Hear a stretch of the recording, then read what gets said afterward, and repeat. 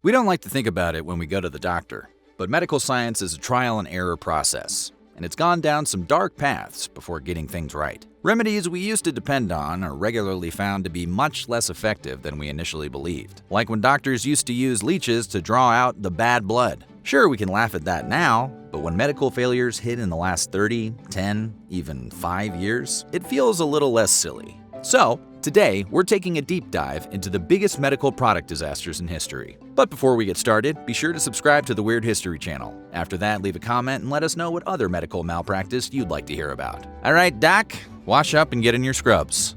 It's operating time. 100+ years ago, medicine was just becoming a bona fide science. Gone were the bloodletting leeches, replaced with elixirs and concoctions that promised to cure all of your ailments. One of these substances was laudanum. It was used to treat a truckload of different illnesses and issues, like toothaches, inflamed intestines, fever, and even hiccups. However, laudanum packed quite the punch, which is a diplomatic way of saying it was 10% opium dissolved in alcohol. And opium is a hell of a drug. More worrisome is that this medicine was advertised directly to women and children, even babies. However, they were often given a special mix known as Mother's Friend, which was a combination of opium, water, and treacle. Maybe Starbucks should start selling that as lattes. The overuse of laudanum had disastrous side effects, leading to outright bans in the United States and the UK in the early 20th century. Going into surgery triggers a natural fear within us all. What if something goes wrong? What if I don't wake up? What if I have a crush on the anesthesiologist but I don't remember to get their number? So imagine what it would feel like to be well recovered, even years after the surgery, only to learn a non-medical grade substance was placed inside your body. This was the case for thousands of women across Europe in the early 2010s, who learned that their breast implants, specifically produced by the company Poly-Implant Prosthesis, or PIP, were made using a cheaper industrial-grade silicone that was not approved for medical use. How did this become known? Doctors started seeing more cases of women whose breast implants had ruptured. In fact, it was discovered that PIP implants are 2 to 6 times more likely to rupture than standard silicone implants. It also came out that the founder of PIP, Jean-Claude Moss, was a former butcher turned medical sales representative. And butcher is generally a word you don't want to see anywhere near the word surgery. For his connection to illegally adding this non-medical grade silicone, Moss was sentenced to prison for up to 4 years in 2013. One of the largest prescription medication recalls in history was for Vioxx, an anti-inflammatory drug used to treat arthritis and acute pain. In 2004, over 20 million people were taking the drug when it was recalled by its manufacturer, Merck. When doing its initial studies, Merck saw an unexpected rise in heart risk among the patients taking its medicine. So, they ordered another study, and in that study, it was found that 20 patients had heart attacks. However, when publishing their data in a medical journal, Merck only said they had 17 patients suffer heart attacks. This subtraction, of course, changed the percentage of heart risk-affected patients. It wasn't until outside doctors found the true data and pointed out the false numbers that the FDA further investigated the dangers of Vioxx. Eventually, Merck pulled their medicine off the shelves. In the 5 years the drug was on the market, it was estimated that 88,000 Americans had heart attacks after taking Vioxx, and 38,000 of them passed. In 2007, Merck announced it would pay $4.85 billion to end the thousands of lawsuits that had been filed due to Vioxx, and that kind of number would give anyone a coronary. In the 90s, a new drug that promised drastic weight loss results was released into the American market. Containing a combination of fenfluramine and phentermine, the medicine became known as Fenfen. And as users began shedding pound after pound, it seemed like Fenfen was too good to be true. It turns out, it sure was. While the drug did help people lose weight, it was also damaging people's heart valves. You kinda need those. In 1997, the FDA ordered the manufacturer Wyeth to take the medicine off the market. Over 175,000 claims were filed against the drug company, with Wyeth having to pay out over $21 billion in settlements. Guess its bank account lost some weight.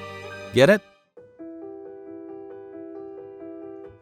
In September 1982, a series of strange demises occurred in Chicago. First was 12-year-old Mary Kellerman, who went to bed with a sore throat and was found dead the next morning. Then came 27-year-old postal worker Adam Janis, who perished from what seemed to be a heart attack. However, police realized the horrifying reason behind the deaths when Adam's brother and sister-in-law, Stanley and Teresa, also died within a few days of getting to Adam's family's home after complaining about having headaches. Each of the 4 victims had taken Tylenol shortly before their deaths, leading law enforcement to realize that the Tylenol capsules had been laced with cyanide. 3 more people in the Chicago area died over the next few days from these tainted, lethal Tylenol pills. Understandably, a panic grew. So Johnson & Johnson, the manufacturer of Tylenol, quickly took action and ordered a complete recall of every one of their Tylenol bottles in the country, over 31 million bottles. With the immediate threat removed, investigators were able to discover that someone had gone into Tylenol bottles in Chicago pharmacies and added these cyanide lookalikes into the new bottles. Upon discovering this, Johnson & Johnson invested over $100 million to develop tamper-proof foil to go over the top of their bottles, something we're all familiar with today.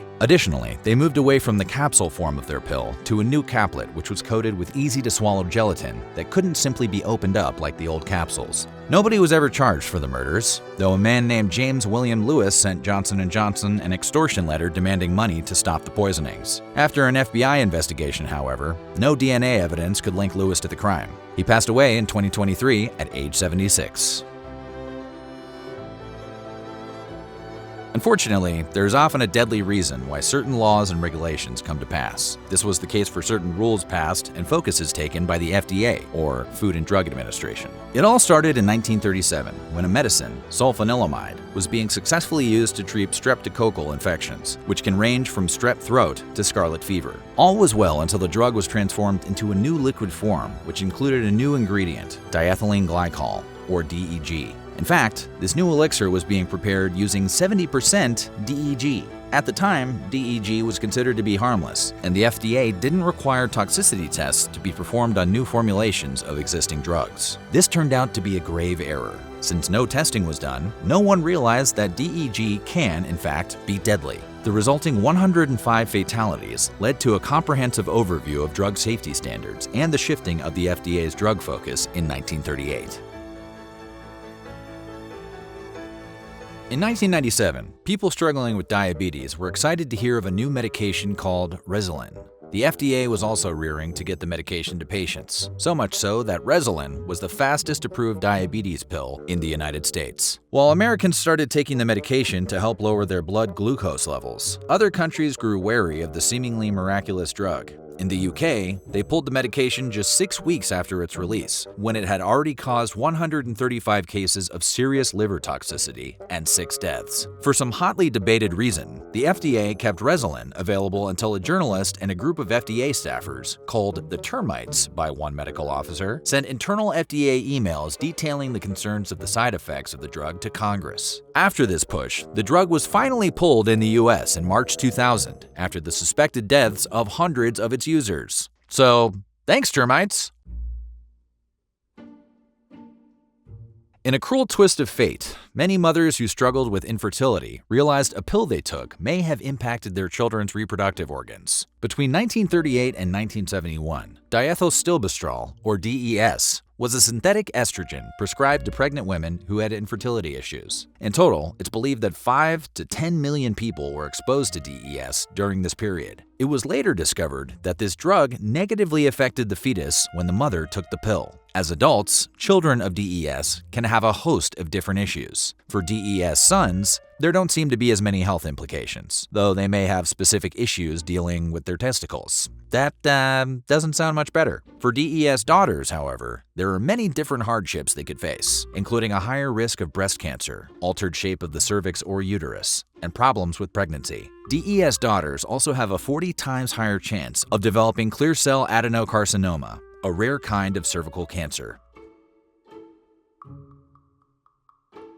In the 1950s, doctors and scientists didn't yet understand that medications pregnant women took could impact their unborn child. So, studies testing the safety of medications didn't specifically include pregnant women. Enter Thalidomide, a German-made medication prescribed for a broad array of conditions, including morning sickness in pregnant women.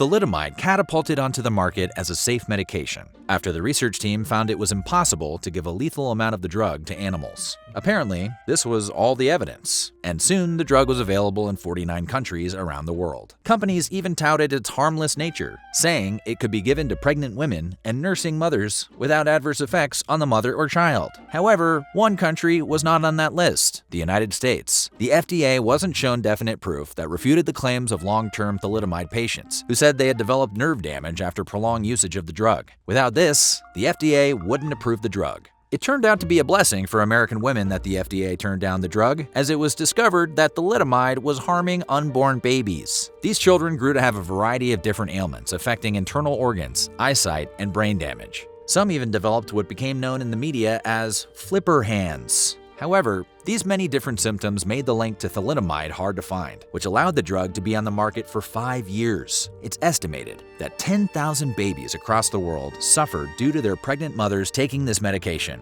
with half of the affected babies dying within a few months after being born. From this case, new laws for testing medication came about to ensure drugs are safe for expectant mothers and their babies. So, what do you think? Which of these cases was the worst? Let us know in the comments below. And while you're at it, check out some of these other videos from our weird history.